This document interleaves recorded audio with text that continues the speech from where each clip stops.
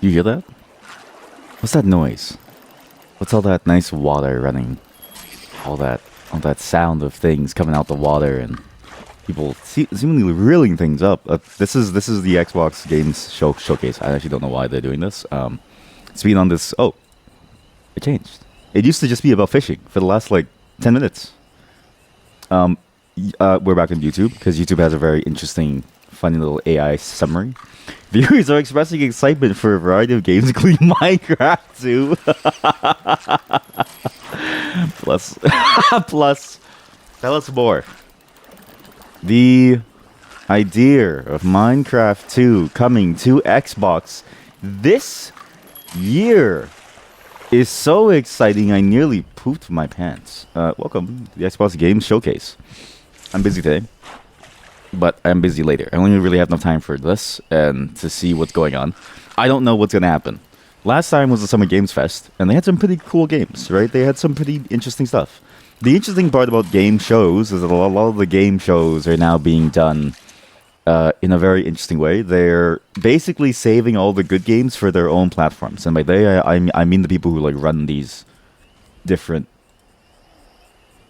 companies, producers or creators of consoles and stuff. They're basically saving all the good stuff for themselves and for no one else. What's interesting is that they started out with something awful, which is Fallout 69. What's it called again? Fallout 69.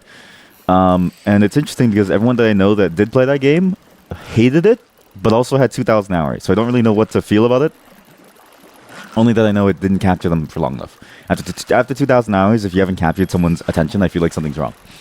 But yeah, it's going to be interesting to sort of see what games show up here. Because I feel like a lot of the top tier games have already been announced from between State of Play as well as the Summer Games Fest itself. And I don't know what else from Bethesda could make me happy. And I say Bethesda, but it's really the full Xbox. But really, it's just Bethesda. Like it's kind of Bethesda is like the only studio left on Xbox that is exclusively Xbox, and so I don't really know what to be happy about because Oblivion Remastered is out. I can't run the game because it's busted up to shit. Elder Scrolls 6 is 2026. Fallout 76 is Fallout 69, so there's not really much else there. And every other game that I was looking forward to, like Hitman and stuff, or James Bond, that's all announced elsewhere. And I have no clue what Microsoft can do other than $1 Games Pass deal. Jesus Christ!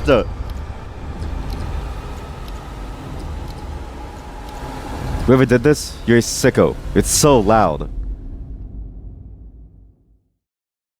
Silk Shalong today. Thankfully, in this chat, no one's paying money. Some viewers are also calling for the release of the previously unannounced games, such as Banjo-Kazooie. Oh yeah, and State of Decay 3, that's true. I was looking forward to State of Decay 3 as well.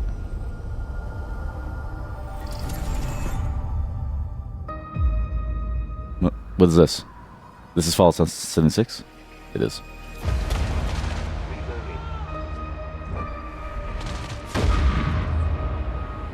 I actually don't understand the point of Fallout 76. Is it an MMO or is it like an extraction shooter? What is it? We didn't come to Arcadia to get bogged down in pointless warfare. We came to spread freedom and liberate resources. Because Fallout has never struck me as a very good shooter game. It's actually one of the worst shooter games I've ever played. Starfield shooting is significantly better, and I wonder if they ported back the improvements into Fallout. Doing so, and they think they can just choose how things play out. And then the rest of the fun of a Fallout game is the dynamic ImSim gameplay in a weird futuristic setting in a post-apocalyptic world. So, how does it work?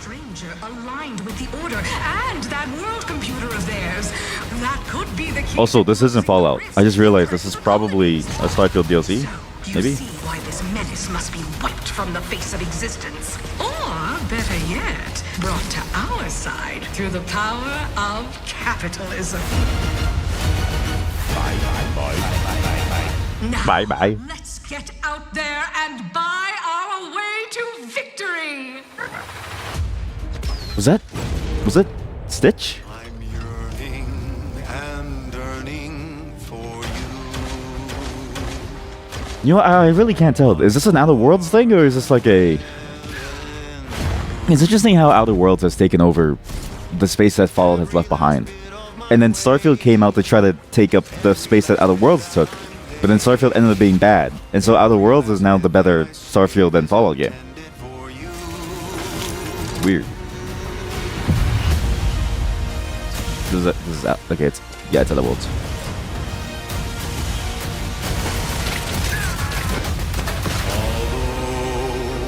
I thought the first Outer Worlds was also pretty bad. Gameplay-wise, it just felt it had this weird stiffness to it that was very reminiscent of the stiffness that you find within Fallout. But here, it seems like they improved it a lot, so maybe it's a lot better.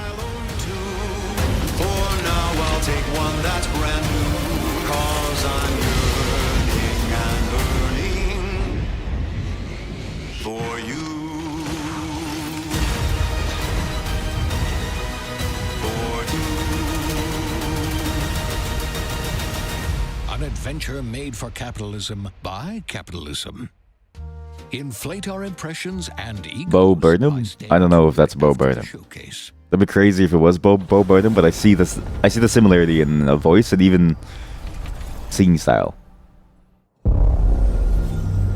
World premiere. But it's not as funny. Babe, what's wrong? What the fuck is this? I'm sorry. I've just been so depressed lately.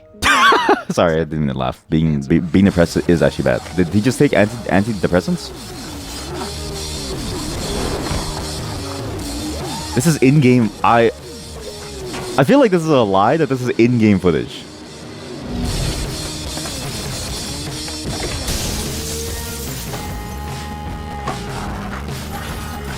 Like it's that smooth for moving around on your little skateboard. I don't believe it. I'm assuming this is a Higher in Life sequel, and I heard Higher in Life was fun, but then it's just a rolling game, so I'm not really sure like we should play it anymore. But now they seem to have added like a weird skateboard mechanic, which feels a lot like they're trying to have a much more movement-focused game. When that game was a very mediocre comedy first-person shooter, in my view, at least watching someone else play it. But I'm curious to see if it works. Just a bit of a weird IP to see again. Yeah, humans are barely sentient. Scientists have done studies, and their brains are like half the size of ours.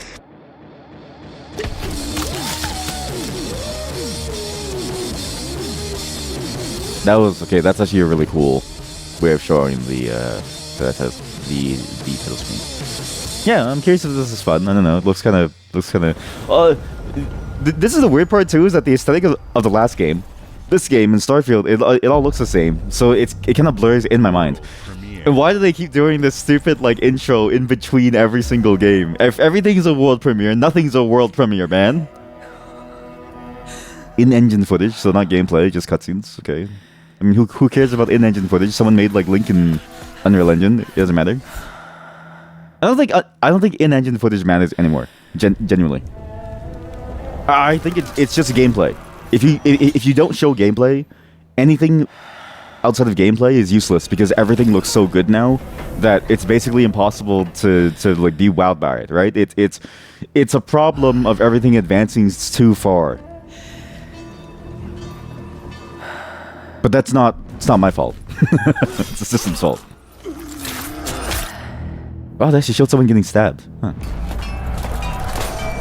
Let's see what the AI says. Viewers are excited, and some of the games mentioned include Persona 4, Elder Scrolls 6, and Star Wars Battlefront 3. It's AI is useless, man. Quality may vary. No, it's useless.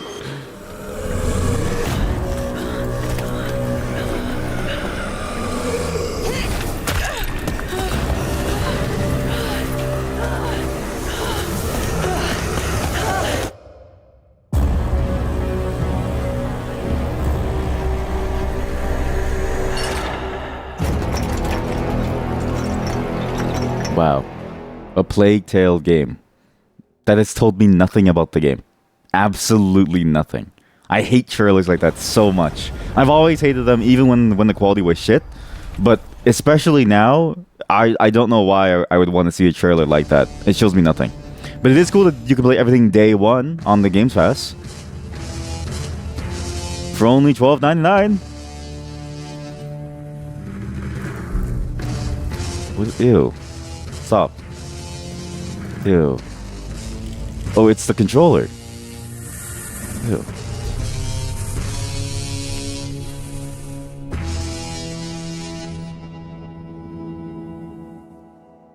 Justice? Yeah. Somehow they actually spun Justice.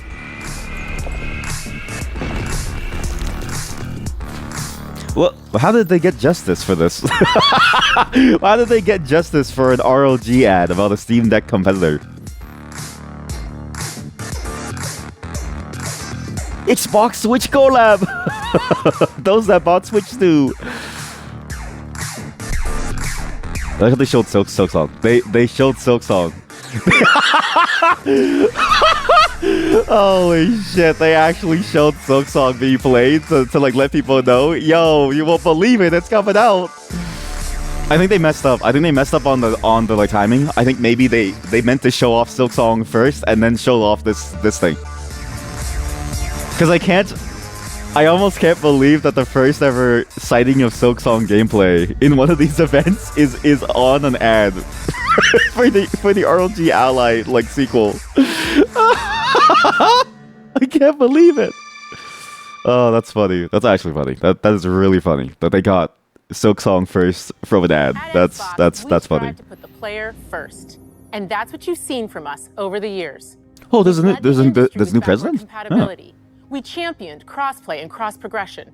We delivered Game Pass, first on console, then on PC, and with cloud gaming. Yeah, honestly, Xbox has been the best value for consumers now. They've been consistently top value compared to PlayStation for a very long time. But especially recently, it's gotten so much better. Especially if you're like a multi-platform user. PC and console, Xbox is really the only one that you need. You only get PlayStation if you want to play the exclusives, of which there's only a handful. They keep showing Silk Song. The power of Xbox and the freedom of Windows. On this Xbox, you can play games across your entire library. Viewers are reacting with excitement and disbelief at the announcement of the new Silk Song trailer. I mean, yeah. Ubisoft Connect. Wow, wait, even with Battle.net, I didn't realize. Hollow Knight Silk Song. Oh my god. Available at launch and in Game Pass when the Ally releases later this year. Every new game you see in today's show will be playable on the Xbox Ally. Later this year. Oh fuck, it's later this year. Unique experience of Xbox on any screen. Bro, why do they only show off Silk Song in the background?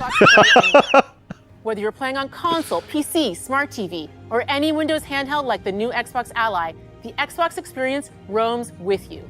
Your library, progression, friends, and achievements. There are over 1,000 Xbox Play Anywhere games on Xbox today.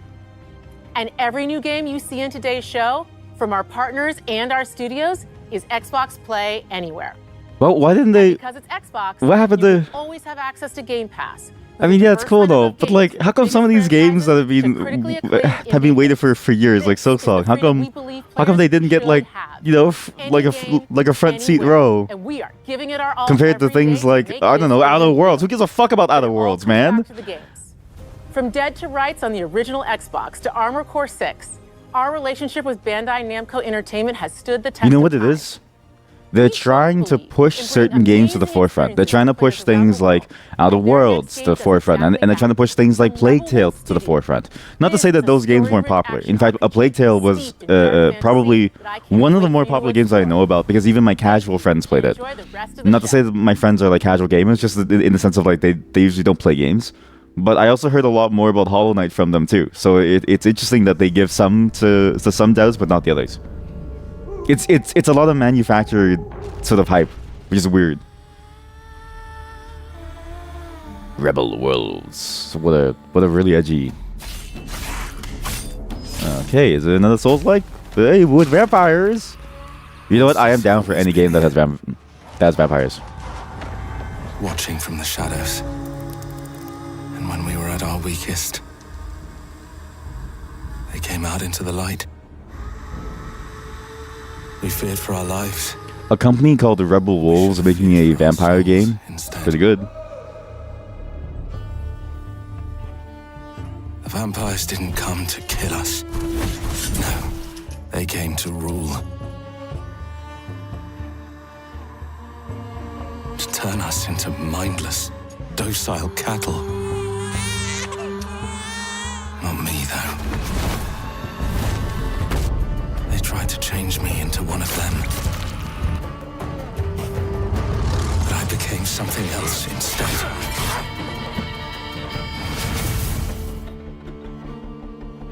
Their worst nightmare.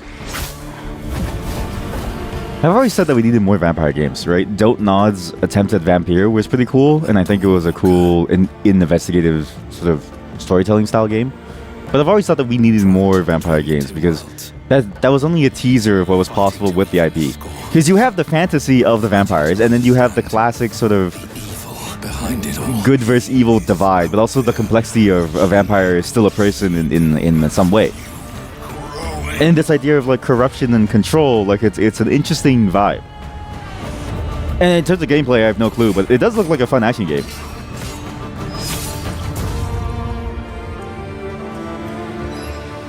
I'm excited for this. The Blood of Dawnwalker sounds absolutely generic, though. It sounds like a generic Oblivion or like Elder Scrolls DLC.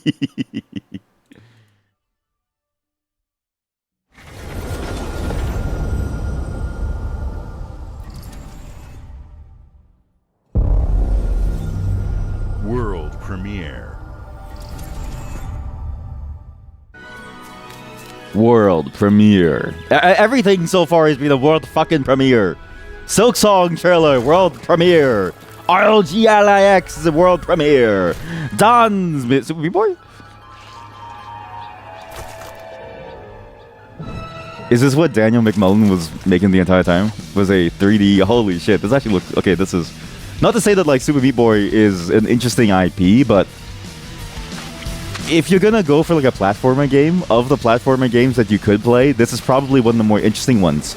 Especially because the game already has a lot of these mechanics within the 2D version.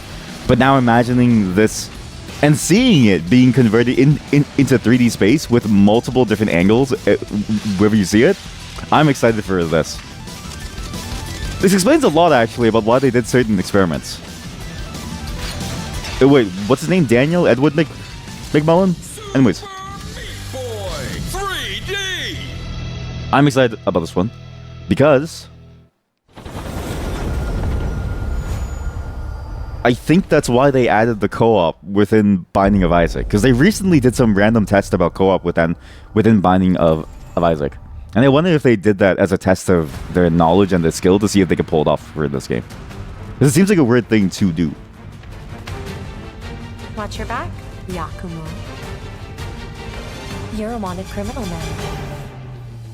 I'll kill the Dark Dragon myself. I'll kill the Dark Dragon myself. I mean, it's a Platinum Games game, so I am excited about anything Platinum Games. Platinum Games also...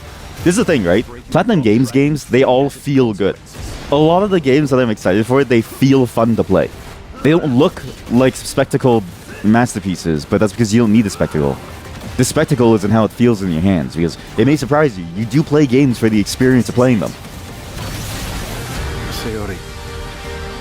Ryu, there's something I need your help with. And to see them taking on a Ninja Gaiden title, like that's pretty interesting to me. I'm excited to see exactly how well this goes too, because you know, it's a bit of a storied franchise that has a lot of history behind it, and I wonder if they're able to carry forward a lot of the gameplay elements that the original ones had, but also convert it into what seems like a newer 3D space.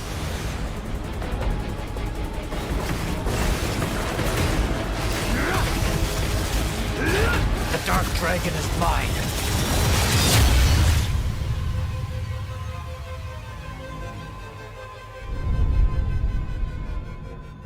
I'm excited for that. Koei Tecmo, Team Ninja, Platinum Games.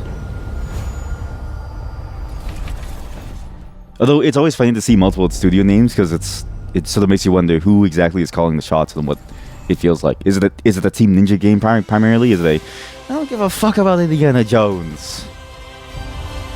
You know what I want Indiana Jones to do? I want to take him. I want to take off his shirt and pants. I don't want to fuck him. I want to fuck Indiana Jones. That's it. That's all I care about is fucking it. Indeed.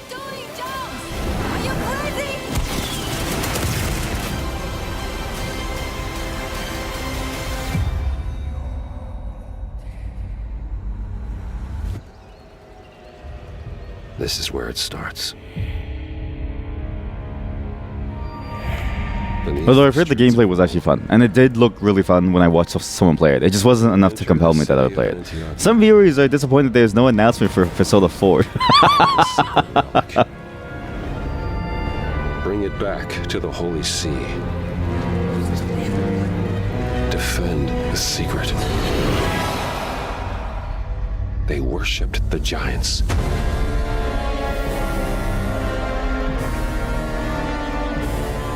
Why is it a giant crusader? What?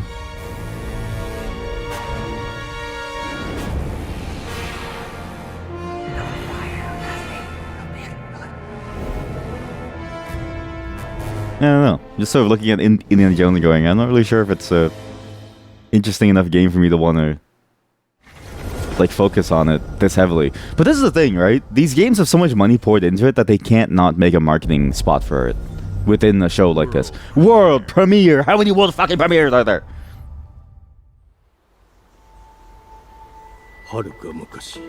They could do world premiere and show a picture of someone's asshole, and that's a world premiere because no one's ever seen it.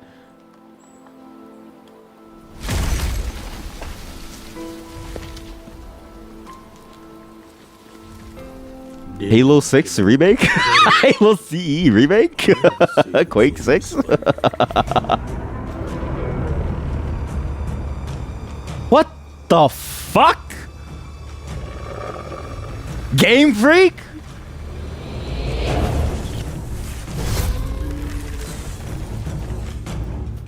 What? What do you mean? What do you mean Game Freak? What do you mean Game Freak? What? I thought they only made Pokemon. What do you mean they actually decided to make this 25 FPS? It did lag a bit. Is this what they were waiting for? Is this what they were up to the entire time? Was making a new video game? They abandoned the Pokemon quality to make this? Why? To be fair, do you want to be known as a studio that only makes Pokemon for the rest of your time? Probably not. So, but you know, why did they decide to make a video game like this, or like a what seems to be a third-person action RPG? I can't believe it. Game Freak, developed by Game Freak, and then somehow they were able to escape the grasp of Nintendo to go to Xbox. What the fuck?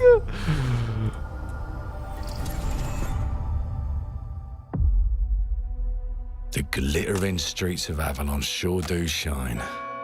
Because they sweep their filth down to us. What is this? Get your paper in! Who's for a paper? Avalon. The hell's Avalon? Why is Xbox the console of the 1900s? Here's to playing in the mud.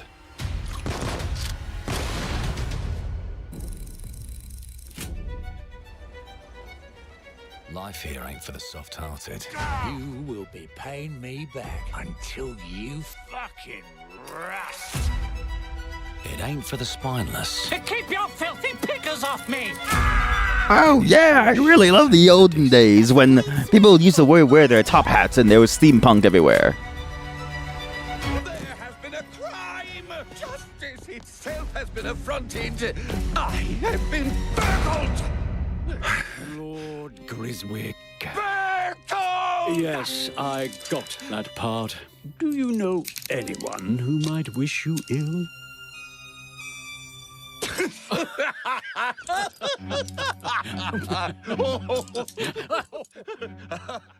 We can't arrest and question everyone. Let's see if we can narrow the suspects down a bit. They were, Trust your instincts, sir. tall. Yes, sir. Built rather slim, well, muscular. Was very quick. agile. Go on. With a mustache. No, larger. I see. Quite fashionable. What is this? Fiend who robbed me.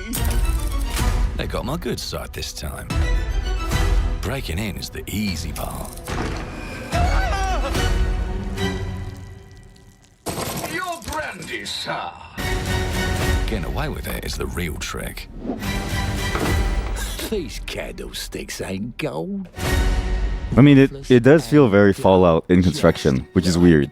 You. And I wonder if it's intentional that it's constructed a lot like a Fallout game. I'd rather talk to you, Errol. Sounds like I'll get a better deal. You talk to me first, and him never. Got it? Uncle's a bit touchy, ain't he, Errol? Touchy? I say I'm touchy! There. Anything else you'd care to say to Errol?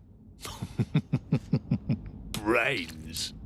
If I hadn't seen it with my own eyes, I wouldn't have believed it.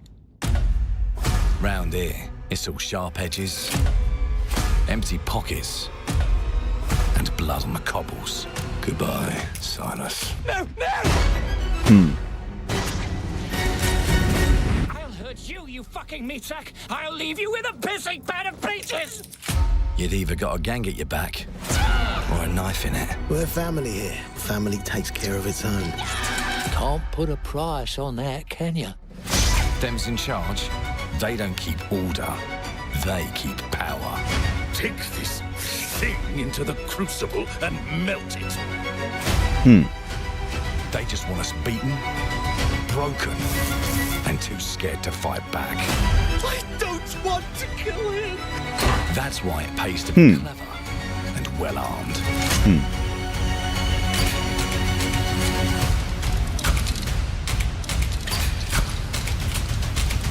Let's go and end a few arguments.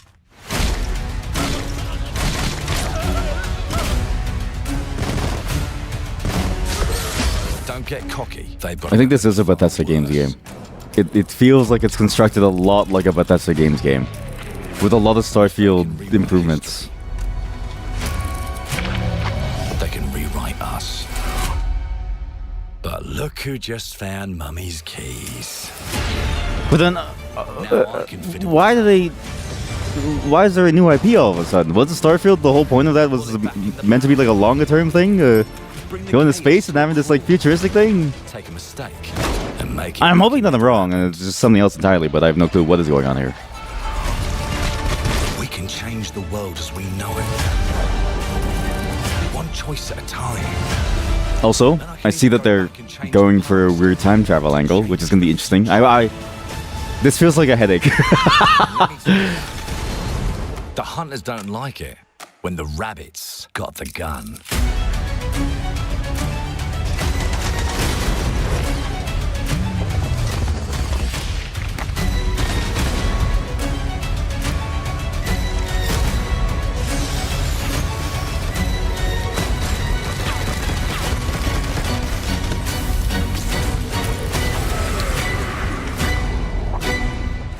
It's weird how the aesthetic now feels overplayed. It was really cool when we saw it within the BioShock game. And now it's being done everywhere, and I'm like, I don't really know if I care enough about it anymore to want to see it again and again and again. And it's not like the aesthetic is particularly interesting. It's just a lot of like very plasticky and metallic feeling things. His last name is Booty? Games. Call of Duty, Black Ops 6 from Activision, Doom, The Dark Ages from Bethesda, Diablo 4, Vessel of Hatred from Blizzard, and Avowed from Xbox Game Studios. All of our teams across Xbox First Party are shipping their most played games ever, and they're also delivering more content than ever before. From original single-player experiences Did I just see King? to online worlds, our teams Does that imply that King, the mobile game maker, is making Clockwork Revolution? We want our players to have the choice and flexibility of where and how they play the games our teams make. So of course, our games will be available day one in Game Pass, and every new game we make for both Xbox consoles and PC will be Xbox Play Anywhere. What is Teams, thank you. What is the point of buying games if Xbox Games Pass is that powerful? And how are they actually making a return on it, considering that not everyone plays those games, right? Or is it just a split across all the games on there, and everyone gets a split based on what they paid for the contract? Fallout TV What? series broke records and brought millions of players into the game. Wait. Oh yeah, because they own both IPs. Yeah, sorry. Continues to influence film and television like never before. When it comes to growing new franchises, Obsidian is having a year like no other. From launching a blockbuster new game like Avowed to the Did Avowed even do well? I don't know anybody who's played Avowed. Even my hardcore RPG friends, they played Clear Obscure over Avowed. This year. You'll get to go deeper on it. I don't know anybody who actually played Avowed. It's mostly positive. Okay, that's World premiere. If everything's a world premiere, nothing's a world premiere. World premiere. Greg's asshole. I told you, you can't run from me, you foul beast. What the hell is this? Like Skeletor looking ass. With new flexible legs, the yoke girth action figure can ride anything. Dude, I would love that. There's been an explosion at What? Brook Hollow Park. Chaos descended on a ceremony commemorating the 2-year anniversary of when 4 teenagers were miniaturized against their will. This is a grounded announcement. Scientist, formerly evil company Eminent Practical Technologies. This is grounded too. A statue of the 4 teenagers, fast food science robot Burgle, and Dr. Tully when an explosion erupted. The kids are dead. And the teenagers' current whereabouts are also. I wonder what they could do with the grounded idea and how much further they could go with it. Like, is it grounded but you're at the crime scene? Or is it grounded and you're at the park? You gotta keep them separated. It's grounded but you're at the park. I mean, I thought Grounded was a great game. It was a weird little survival game that came out of nowhere that was about you being small, and I thought it was very, very fun. And I played a lot of it with my friends, to the point where we got to the end game, I think. It just took forever to finish, but I think it was a very interesting take on the entire genre. The gameplay was very meh, but really the point of it is that you're in this weird small place, and you get to see, like, trees and ants and, like, bugs together, and you get to, you know, trigger someone's arachnophobia.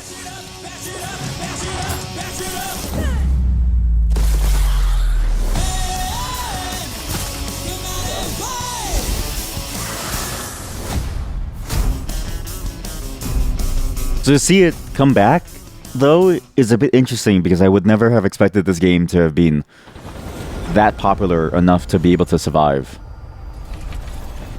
To make it to a sequel. The predecessor, ND3500, reached. Accessing predecessor's travel log. Predecessor. Data salvage. Nice. I really like the exposition before it goes. Bloober team. Was in a state of suppressed recomposition. The behavior pattern of the orphan. You know, Bloober Team's original game, their last one, had a lot of controversy around the way they handled the story. And while I understand if it was meant to be a psychological game, it was weird to see people going on a game about real actual demons taking over bodies and being like, why did the character do that to themselves? Because it's like, buddy, that's a real demon. It's not like in Silent Hill where there's an element of, this is all in your head. Like, their original game was just, this is not all in your head. This is a real demon.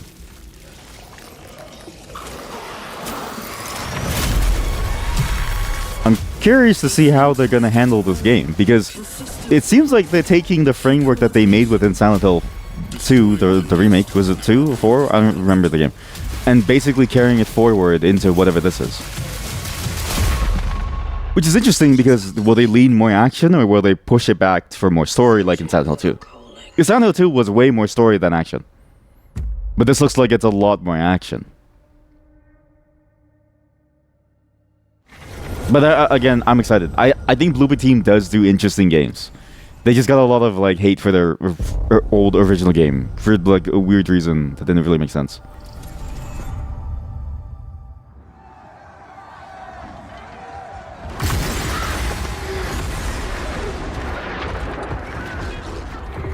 Granted, there's other criticisms of them that are more valid, but it is an ESO ad. Why is every single one of Xbox's games aesthetics the 90s? Even the music here in the fantasy ESO world is just 90s music.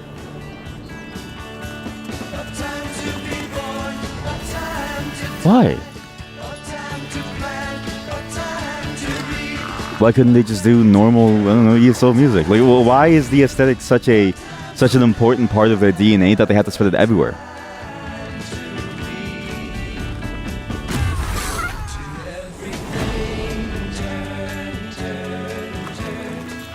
And again, right, ignoring the issues of ye olden days when things weren't good for everyone,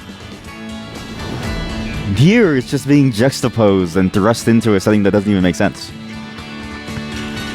Maybe, actually, I don't know. Like, there is a possibility that the Beatles could have been formed within the ESO world, because they do have instruments that can make the noise. Like, a guitar is a very old school instrument, right? All you need is a metallic sound, but they have electricity, so maybe they could have made they could have invented the amplifier before they invented the steam engine, is basically what I'm trying to say. First world-changing server-wide event. That sounds pretty cool, actually. Take down the writing wall. That does sound pretty cool if it's a global event. I've said this before, I feel like MMOs spread their player base too far out, and they need to do more to keep the player base in tune and doing the same things all together. Because when you split the player base across, it can make an MMO feel empty, which is the worst part. World premiere! My asshole!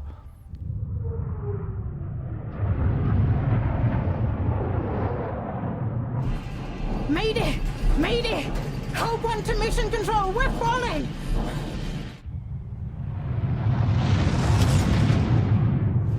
Thomas, the ship's breaking apart! There's no time! Evacuate! Now!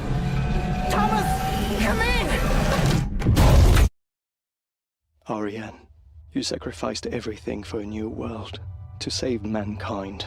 And then they go for a very boring futuristic sci-fi look. Oh no. This is the thing, right? Signalis?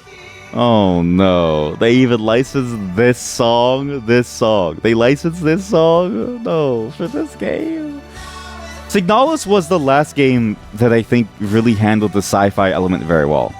It was the use of it with a Warhammer-esque universe in terms of like the oppression and like the overall like fascist nature of it.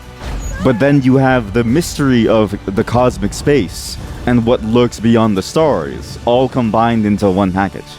Whereas these sci-fi games, like Starfield and this game and stuff, they take it at a very base level sci-fi of, this is just a planet that has weather features and geographical features that we have on our own planet, but it's the entire planet. You know what I mean? Like, it's literally just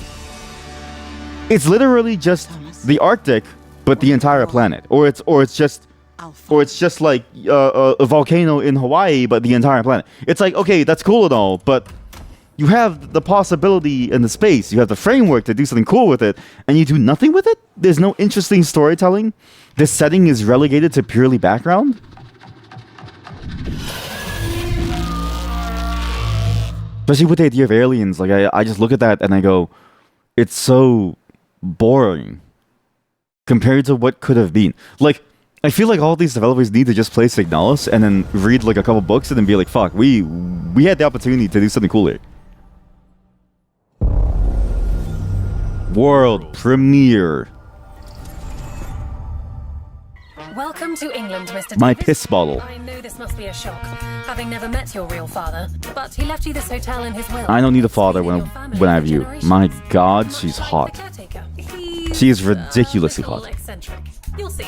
Let me welcome you to the grand. No.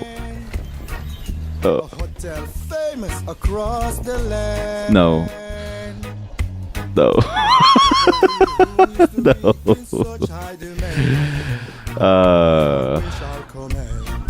Here at the grand. Well, hello there. It looks like you're about to do some renovation. What did they say? What did they say? There's some weird aesthetic that they keep going with. This is House Flipper? Wait, this game does look fun actually. This game does look pretty fun. I think I would. This might be a banger. Not just the hotel. He was helping the entire village. You have his power tools. You know, you could pick up where he left off. Yeah, I'm down for this. House Flipper, but for the neighborhood? That's cool. I'm in. They don't suspect a thing.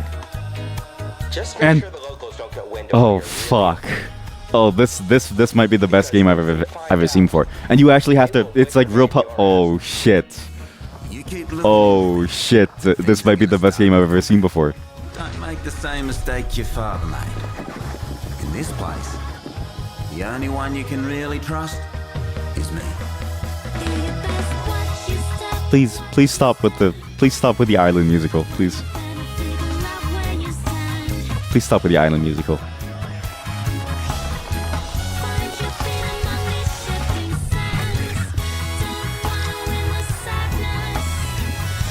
I mean, if they just had the game and they did like a Blueprint's very, very static feeling game in terms of personality, I think it'd still be really good. But the game as a whole, fantastic concept. You fix things, you figure out a mystery. That's all you need. You got Scooby-Doo and you have House Flipper. That's all you need. Scooby-Doo and House Flipper. That's all you need to like solve someone on the game. Oh, it's on the world premiere. This is a first party thing. There are as many gods. Can I say something? There's been a lot of like there's been a lot of wushu slop coming out recently. Like a lot. If you go on Steam, there's like a shit ton of like wushu slop. A lot of the wushu games are very, very shit too. A lot of them are shit. There's a couple of standouts that make me go, this is an amazing game, but a lot of them, wait a fucking minute! Ain't no way. No way they're bringing this series back. Is it what I think it is? Is it what I think it is? They're bringing the series back?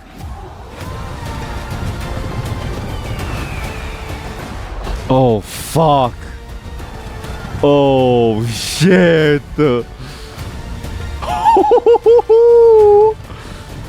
They're adding even more. Yes. Yes. It's not the wushu slop. It's strategy. Oh, fuck. Okay, this is a cool way of taking it. A lot of the wushu slop games I see use the backdrop as a way to make a shitty, grindy RPG. Like, a lot of them are shitty, grindy RPGs, okay? It's like terrible. And for some reason, it's like all of China, like all Chinese devs have decided to make shitty, grindy RPG games with a wushu backdrop. But this is an interesting take. They take the setting and they give you the god and they say, have fun. Have fun in an RTS. 사주적 결정을 누가 허락하는가? 만약 이 결정이 패권 국가의 특정 정치 집단의 이익을 So what's funny is that nobody grants a nation the right to attack. It just happens. Hey, hello. Nobody grants a nation the right to attack. Nations just take that power themselves. It's like they invent reasons. It's the entire history of humanity has been. They just invent reasons to go to war. It's a lot of manufactured stuff too. Like the geopolitical stuff is really sad to look at. Wait, did they get the actor? There's no way that they got the actor. Well, I forget his name.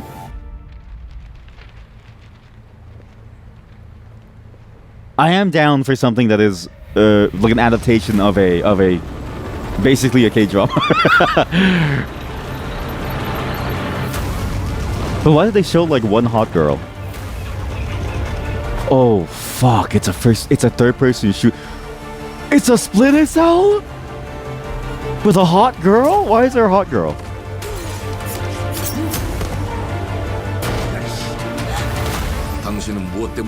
Oh shit! I actually think this game might be fantastic. You have Splinter Cell. You have weird sci-fi elements like zombies. Actually, this is also the thing. All of South Korea has decided to do weird futuristic sci-fi, but set in a universe where all the people who are surviving look like normal people from South Korea. Every South Korean dev is doing the same thing. It's every single developer. It's much in the same way that it seems like American devs have latched on to to the 90s aesthetic, right? It's the same thing over in South Korea and in China. It's all the same thing here. But I'm excited for this. It actually looks fun.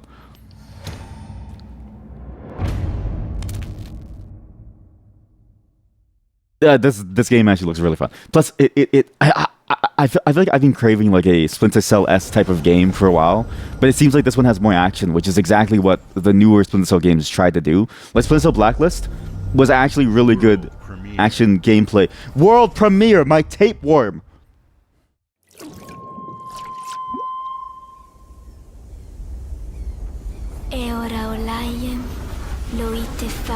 Oh no, a new fake language. With Warhammer pods dropping from the sky. You know what's crazy is that this is technically the lore of Warhammer. Is some worlds are nice and happy, and other worlds are just like terrible messes that were taken over and used for the warfront.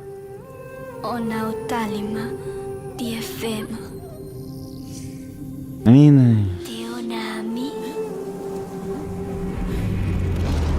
the problem with these games, right? These types of games, the puzzles usually aren't that good, or the setting is not nearly as good as something like Inside. The only reason, for instance, that Inside was such a good game is because the setting was genuinely strange. It was like, what is going on within this story of Inside?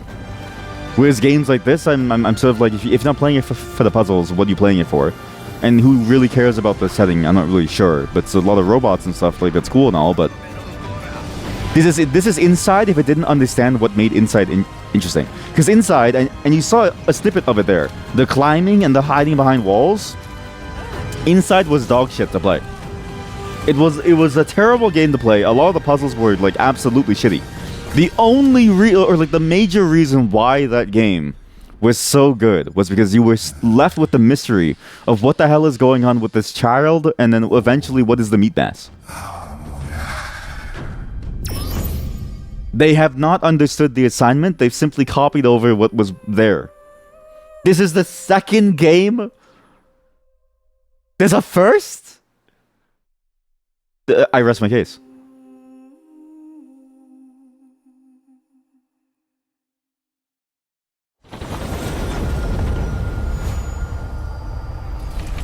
What's the point? If everything is day one on Games Pass, why even bother showing it? Bethesda presents Todd Howard's asshole. Windows Central. They showed an award from Windows Central. Who gives a fuck about Windows Central? Windows Central? Nobody goes to Windows Central for the hottest gaming news on Windows. Why did they show the award as if it fucking matters for Fallout? That's how shit this game is. That the only award they've ever gotten is from Windows Central. What the fuck am I looking at? Just step up to the bank, cast your line, and when your bobber starts bobbing, reel in the rewards. This might be the best game ever, this fishing. What do you got on there, Jed? Worms! Worms! Getting some worms! Look at this song gun. Bagging the big fish starts with finding the right tools for the job. There are as many unique combinations of rods, reels, bobbers, and baits as there are fish in the sea. And when you've caught your fill, pop over to the local tackle shop to swap fish tails. Can you smell that? No matter what troubles plague the future wastelands of Appalachia, you can always find comfort in cozy little joys like this. You just gotta know where to look. You know what you need? Is your ticket to easy living. You need to get awards from other places besides... Okay, to be fair, no award matters. An award from IGN, an award from Summer Games Fest, they're all dog shit. Awards don't matter. The recognition doesn't matter. I say this as somebody who has a fair amount of recognition in their personal life, and I hate it. It doesn't matter because it doesn't really change anything about your life. Nor does it really say anything about the quality of what you do. It's a continuation of such. The only opinion that matters is your fans' opinions, right? So if your fans love it, then it doesn't matter. But at least don't show a terrible award like Windows Central. I don't get it. Windows Central? But I am down to fish. That does look fun, but it seems like it's a DLC and not an update, so who really knows? World premiere! Microsoft, shut down, bankrupt. There's a mobile game of solo leveling, which is pretty shit. Is this telling me that they're gonna port the mobile game, or is this a whole new game? Because this is the thing about the show into a game that isn't gonna work. If the game doesn't involve Korean grinding, it's not gonna work.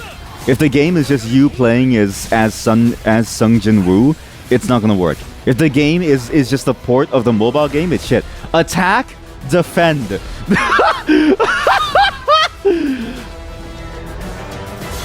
Attack, defend. Attack and defend. A riveting gameplay. A riveting gameplay ad. Riveting gameplay motifs. Attack, defend. I almost can't believe that this is a real thing, that they said attack, defend. Imagine if you boil down a Souls-like game to attack and dodge roll. Like genuinely, if you boiled it down, it would feel so unappealing. But at least that game has a history that they can fall back on to be like, if you play Dark Souls, then you know why Elden Ring is going to be good. This has no history other than being mobile fucking slop. With a setting that encourages Korean levels of grinding, which is, if you ever played Lineage, you know. World Premiere!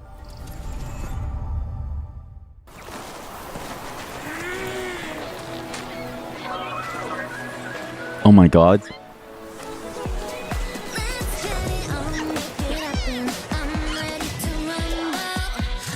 Oh no, there's another singing song. Can I get all the singers and tell them to shut the fuck up? Not to say that singing is bad. Sometimes singing is good within games. Sometimes singing does work within games, but like, a lot of the songs that they make are shit. So it's kind of hard for me to be like excited about it. A lot of the times the songs can sort of feel terrible and they don't really say anything interesting.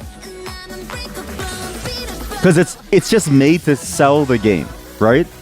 A lot of the singing is made to sell the game, and you can sort of tell because it goes into generic feeling vibes. It's just here to make you feel something. And the game is ultimately just a Pokemon game. Which is yet another Power World competitor, but this time they can't be sued because they're not based within Japan. Maybe. I don't know. It looks awful, actually. I don't know if I would want to play this. What's funny is that the construction of the song is also incredibly corporate because they constructed it a lot like a K-pop song, which, if you don't know, is incredibly manufactured from beginning to end from most groups. Very few groups actually make their own songs. It looks okay, but I can see sort of now every platform has their Power World. PC has Power World. This game is the Power World for Xbox. It's Tony Hawk Pro Skater. What the fuck? They got Tony Hawk again? Support we've seen since we announced Tony Hawk's Pro Skater 3 and 4 a few months ago. These games have changed my life. But more than that, I've seen them help. He's probably made so much money. And appreciation for when he signed on for a Tony Hawk game and he said, you can use my name to make a skating game, but you better make a good skating game, he probably ended up with like it's not like skating makes a lot of money. Unless you're hosted by Red Bull. He started in a time when extreme sports did not have money, right? The video game, Tony Hawk Pro Skater. And basically the lasting effect that it's had over the last 20 years or so, he's probably earned more money from that than anything else in his entire life. Well, unless he has been investing money. Activision presents Call of Duty. Busting all over your mom. Oh, sorry, this is the Tony Hawk game. Sorry. Wait, Activision's making the Tony Hawk game?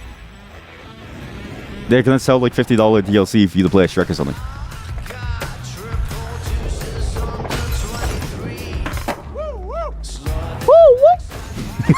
Sorry.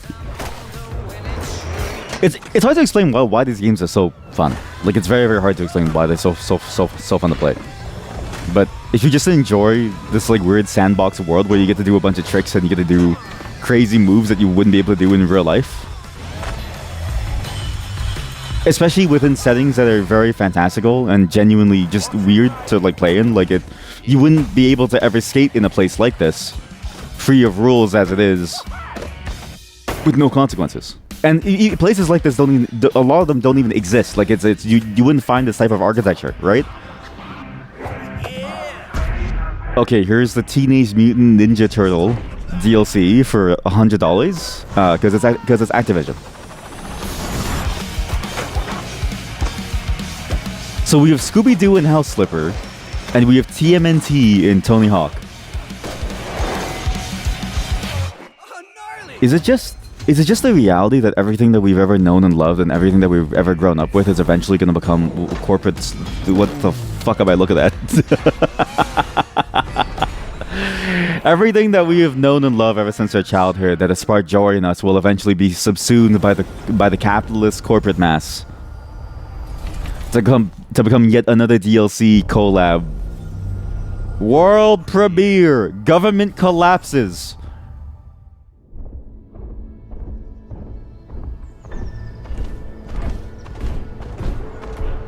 What's this shit?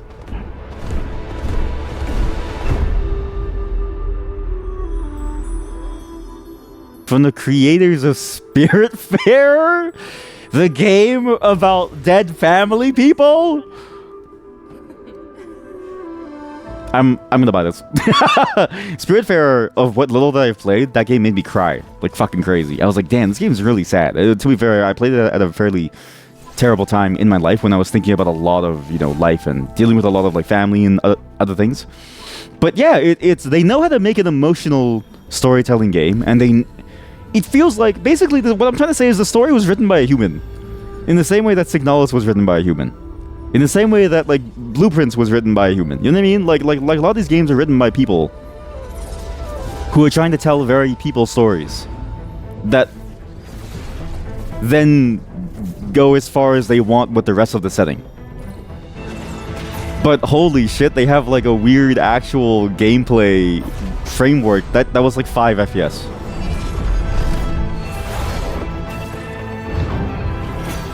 That's a pretty interesting gameplay style. It's very, I mean, it's very classical to the...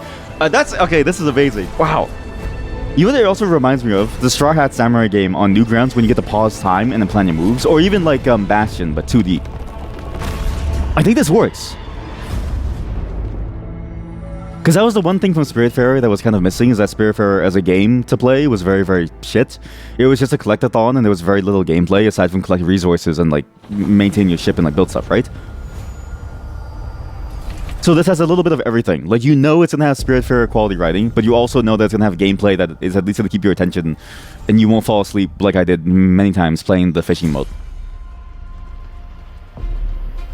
Gears of... what?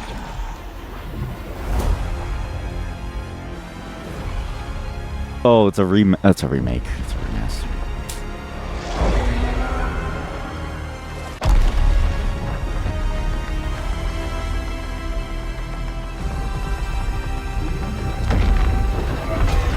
You know what's funny about Gears of War that I think about?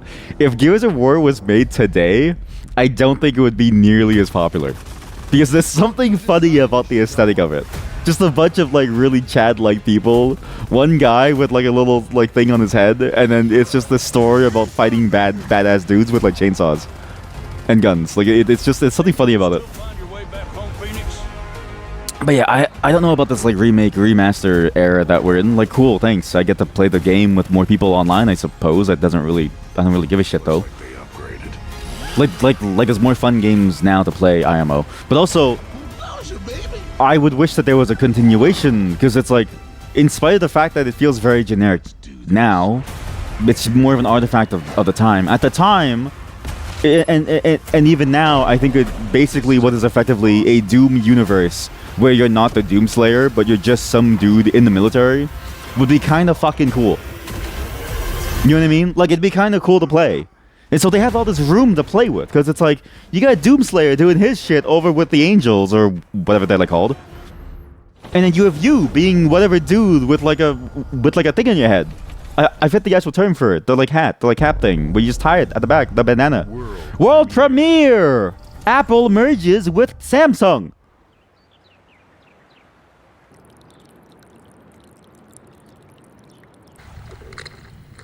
Is this Cozy Farm Simulator? Is this Cozy cozy life simulator game again? Is it yet another cozy-fied game?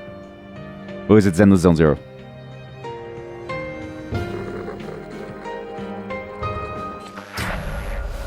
This is a Persona game. I can't believe it. It actually got announced.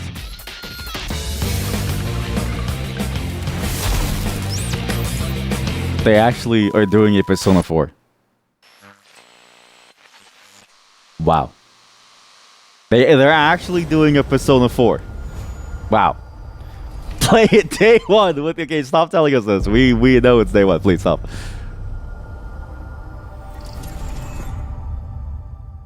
Okay, well, that's like 2 major games out the way. Always there. Always there. Can we have like a Canadian accent game? Can the Long Dark get back into like the zeitgeist, and we can bring back the Canadian accent? You know, only way. Because every game has this now. There's only 2 accents: American English or British English. Rare. Smugglers, we deal in the goods others are afraid. Well, developers at rare. And don't forget the rum. It's a life of danger like no other. So I guess my question is, who gives a fuck? Oh. What is the Sea of Thieves bullshit? Getting on gold is one thing, but you should know that this is what we're really after. The bigger the boom, the better. Need to be adaptable. It's more than moving under moonlight and shadows. Wait, is this actually Sea of Thieves? You should be ready to take advantage of others' misfortune. It is. Stealing, of course, is always an option. Just do whatever it takes to get the job done. You are pirates, after all. welcome, my friends, to the Smugglers League. What's funny about Sea of Thieves is that I don't know anyone who actually plays it for a very long period of time. It's fun for a couple of hijinks every now and then, but the core gameplay loop always struck me as a very strange gameplay loop to want to get into, because it's fundamentally a gameplay loop that doesn't really hook you. You're not really pushing for anything. You're playing for the social element. The problem is that you need everyone to play into the social element for the game to succeed. World premiere! World fucking premiere, what?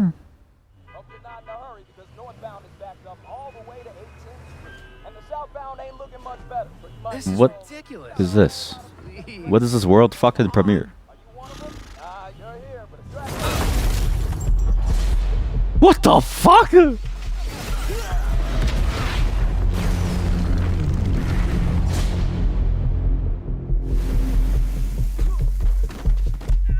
Holy shit.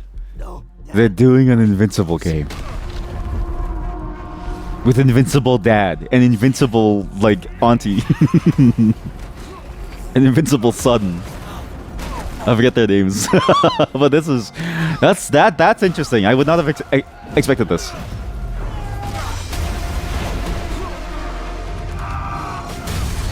Look what they need to mimic a fraction of our power. Look, what's your name? Look! I forget his name now. This is gonna be a fighting game, isn't it? I understand why I had to do this. Accept our rule or die. I wonder if they actually got the re-recordings for the lines, or if they simply mixed it from other existing lines. And this seems like it's gonna be like a tag team Budokai type of thing. I'm not your son anymore. I'm the guy who's going to throw you off this planet for good.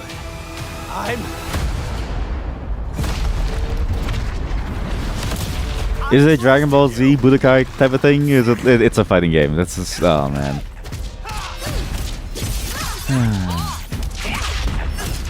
My disappointment with games like this is not because I don't think fighting games are fun, right? I get excited about the Marvel Tokon fighting game, right? But why am I not excited about this? Because you have this entire interesting universe to play with, this entire series of consequences to play with, this entire bit of lore to play with. You could do anything within the lore and explore what is going on. And you go with a fighting game? A game that is primarily about the button presses, not really about the story itself. in a show that isn't actually about the button presses. Like, the show isn't even about the action. The show is about what is going on in this world and what is going on with, Invincible and his father. Like, that's the point of the show.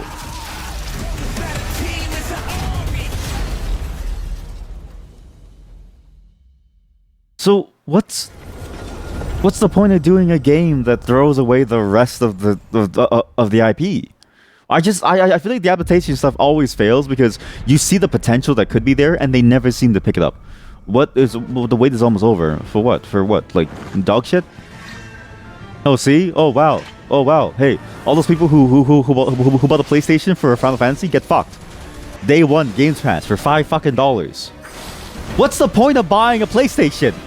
PlayStation's dog shit, man. What is this? I don't get the point of a PlayStation.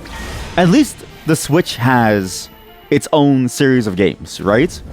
But you can just get Xbox Games Pass and you get Final Fantasy 16. Like, imagine paying $700, $800 for a stupid console to play these handful of games and never touch it ever fucking again. Get fucking scammed, man. Get fucking scammed.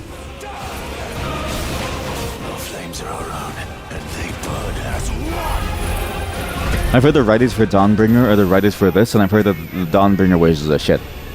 Or whatever expansion that was in Final Fantasy 14, who had the same writers as this, apparently both games have a fairly bad story.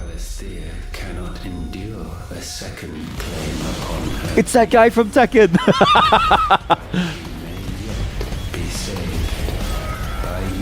Yeah, I don't know. I just sort of look at this and I go, again, what is the point of the value proposition? Oh my god. Like, what is the value proposition of PlayStation if everybody's gonna leave your platform anyways, right? There's no point playing it a year early because it's just Final fucking Fantasy. Not that it's not a bad thing. World premiere. Sony CEO found dead after announcement of Final Fantasy coming to Xbox.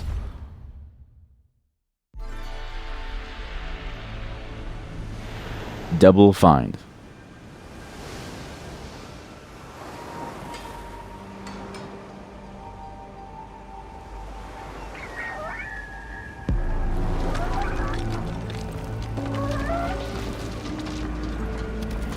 They're gonna do some weird mechanic where you're like a lighthouse, right? No? Okay. Oh, they are. Well, I was just half joking, but oh.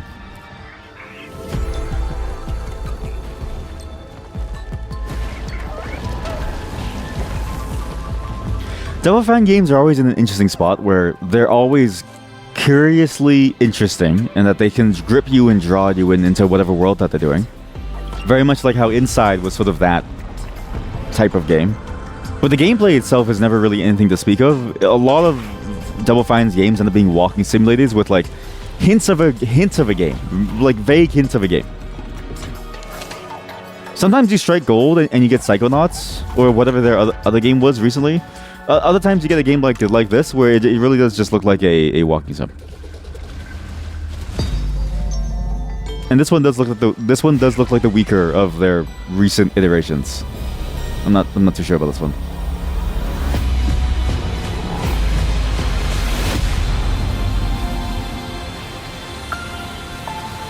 Basically, you know the cat movie that came out recently?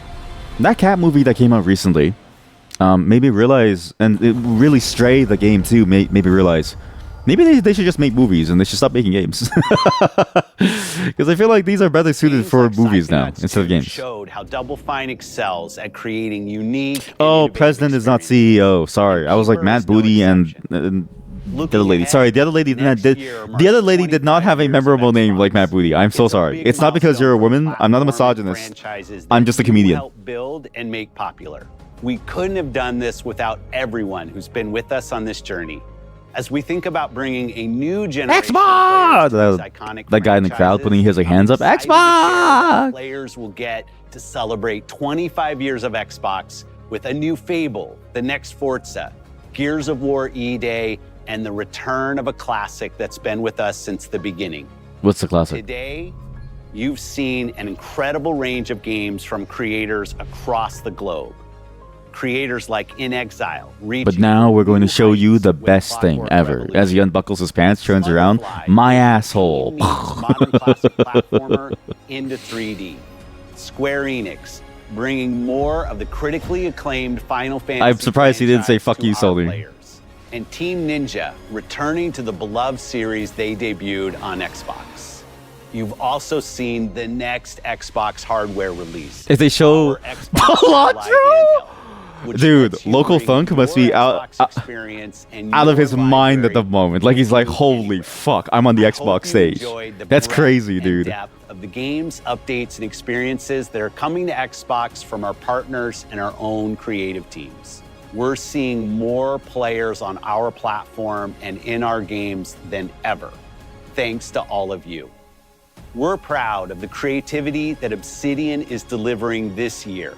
Immediately, Like imagine being Local Thunk and you make this like little cake. It's like this little card game that was based off of Big 2, Variation 13, and then all of a sudden it gets so large that it's on the Xbox Thanks stage. for joining us today.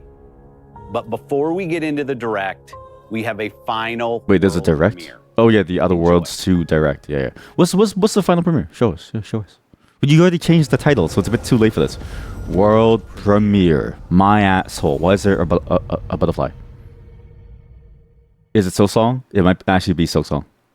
Because they did tease it with the ROG Ally. It's not Silksong. Welcome to the Guild. We have been expecting you. Please, follow me. What is this? You already know us as a global tech leader. Our software, our systems, combined with our skilled team, is What designed is to this? save lives. What's interesting is that the robot angle, like so many games have robots now that I don't really know what to expect. Like real life has robots now, and so it's no longer cool sci-fi, it's just like life. Here, The Jetsons has slowly become reality. in action. Let me introduce you to our esteemed visionary. What is this? Death Stranding? For too long, What is this? we have been bound by outdated systems, accepting Oh wait, no, Death Stranding is what's Sony. instead of redefining them. The Guild is safeguarding tomorrow, now. We are pioneering the future of protection worldwide. Our advancements are designed to elevate everyday life. It's a bomb! Shaping the future of technology on a global scale. I'm Emma Kagan, CEO of the Guild.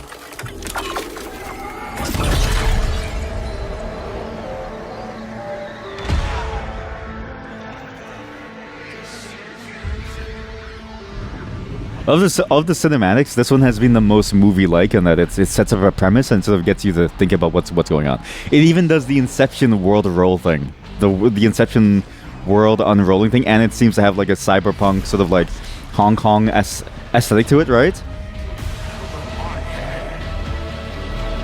I'm actually curious about this one because if you're gonna do a cinematic trailer, make it as interesting as a movie, right? And they've seemingly accomplished this well.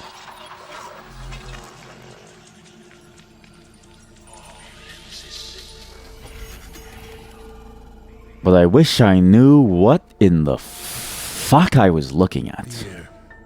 Is a powerful thing. I thought that would be like a Mads Mikkelsen or something.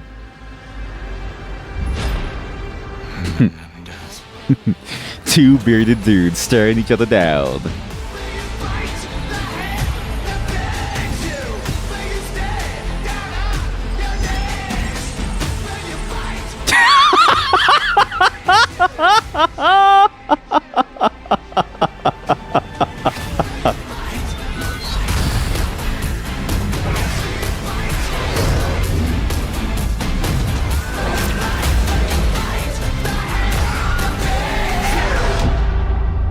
You could not have predicted any of that. I don't think you could have predicted like a Black Ops. I don't think you could have predicted the Black Ops sequel. Mind you, I actually do like Black Ops as a series, as like in terms of pure. I don't give a fuck about other words. I actually do like Black Ops in terms of story and what they sort of try to do with the story, and it's obviously it's very American centric sort of war story that's about the superiority of America and the idea of like the maverick, the hero, the individual marksman who changes the field, who fights for some value, the American value, which is not, you know, we never really see the ramifications of that on everyone else. Everybody else is just seen as an evil actor within this sort of play, and we're seeing sort of the opposite now. But of all the things that they could do with Black Ops, to have whatever is going on there and sort of the continuation of the idea of what do the numbers mean? What do the numbers mean, Mason? Like that's interesting to me. I actually do enjoy what they're trying to do there, and I enjoy how they're thinking about bringing that story and continuing that in their new remake line. But that's like 13-year-old me talking that's played the game. So, you know, again, I don't know why you'd ever buy a PlayStation. I don't know why everything is going towards like 1900s to 1800s aesthetic. Like we don't want to go back there. Okay, it's a bad time, but it's also just not as interesting anymore. A lot of the sci-fi stuff, like it everything feels like it's missing the point. The reason why BioShock Infinite looked so fun and interesting, and still to this day stands out in the sea of other games that are doing the same aesthetic, is because it does something interesting with the setting. It doesn't just use it as an aesthetic to apply to things. It's not a skin that's on top of everything else. This is the thing that's interesting about game aesthetics, is that a lot of it can feel like a skin that's simply applied on top of a number of models and other assets, right? But some games like Signalis and BioShock Infinite, they take it not as a skin, but as like the DNA of how they're going to build this thing. You know, I'm also noticing that like the writing, a lot of the writing is trending towards Outer Worlds, Fallout style pseudo humor. It's this attempt at making weird, wacky characters, which is interesting because the weird and the wackiness is not necessarily a bad thing. But the problem is that weird doesn't mean wacky. You have to be weird and wacky. Like a lot of it just feels like it's weird, and they're hoping that it comes off as wacky too. It feels like it's weird, but it doesn't do the rest of the steps that it needs to get to the next level of like wacky and strange. On top of that, a lot of the game genres that we've seen, you know, like quite a few of them had very little gameplay in it. And it's something that I've sort of always wondered about, is why do we keep making games with no gameplay? Despite the fact that I like games with no gameplay. But the games that I like that have no gameplay were either so new and so sort of different at the time, like Call Esther, or like Find Esther, or like stuff like that, where, you know, it sort of, there's no real comparison to it, and so it feels fresh. Or even something like Sludge Life, or I don't know, what's that other game, the one about you, Hypnospace Outlaw, right? Games like that work out because it's so fresh and so new within the space that it there's nothing to compare it to. Or they're interesting enough in terms of setting that you want to keep on going through it. But the games I've seen, it's like the Double Fine game, I'm just like, I don't know it. And then that Story of Leia, Story of Lana game, it's like I don't know, like it doesn't have a compelling premise like Inside. Whereas where in Inside it was like, you're just a kid and you're running away from these people that are trying to chase you down, and you don't know what the hell's going on. And it just starts out like that, and it just stays interesting like that the entire time. And so it's like, okay, well, what is there? What exactly is there about these games that you're going to enjoy? Even what's crazy, right, is that you would think the Spiritfarer game, the game for the Spiritfarer creators, would fall into that same trap, but that game has more gameplay than what we've seen from like the Double Fine game. And I'm like, how is this possible? There's no Silksong reveal, right? Which is sad, but they did also kind of reveal it with the ROG Ally. I feel like they're trolling the community at this point. But at the same time, this is the thing that I hate, being anybody who does anything. There's an expectation that the world sets for you when you go into the public eye. And I'm realizing how decaying it is. Now that I've been on the other side for a while, to like, you know, an audience of 2, I understand how decrepit it can make you feel, because it drains you. But not in the way that like a dummy mommy would drain you. It drains you in the way that like going to work drains you. You know what I mean? It's a very painful feeling. What else is there about this Games Pass? Again, PlayStation got blown the fuck out. I have no clue what they're gonna do for value. Honestly, I don't know. Like, what's the point of buying a console? Again, the only console that I would buy is not because the games on there are particularly good, but they are good. It's not because of the quality of the game, but it's because you can't get the games anywhere else. Like, you cannot get Nintendo games on any other platform than their platform. It just happens that the games are also good, barring Pokemon. And it makes sense why Pokemon is shit, because Game Freak is making an entirely different game for Xbox, which is hilarious. That's funny to me. That the console wars seem to have died so painfully that not even Nintendo could keep the iron grip on their sort of like vaunted developer of their biggest cash cow. So yeah, it's fascinating. And even of the games I want to get the Switch 2 for, it would just be Mario Kart World to do photo shoots with chat one time. And I don't know, like Switch 2 games. Like, what Switch 2 games are there? Nintendo Switch 2 games. Nintendo Switch 2 games that have been announced.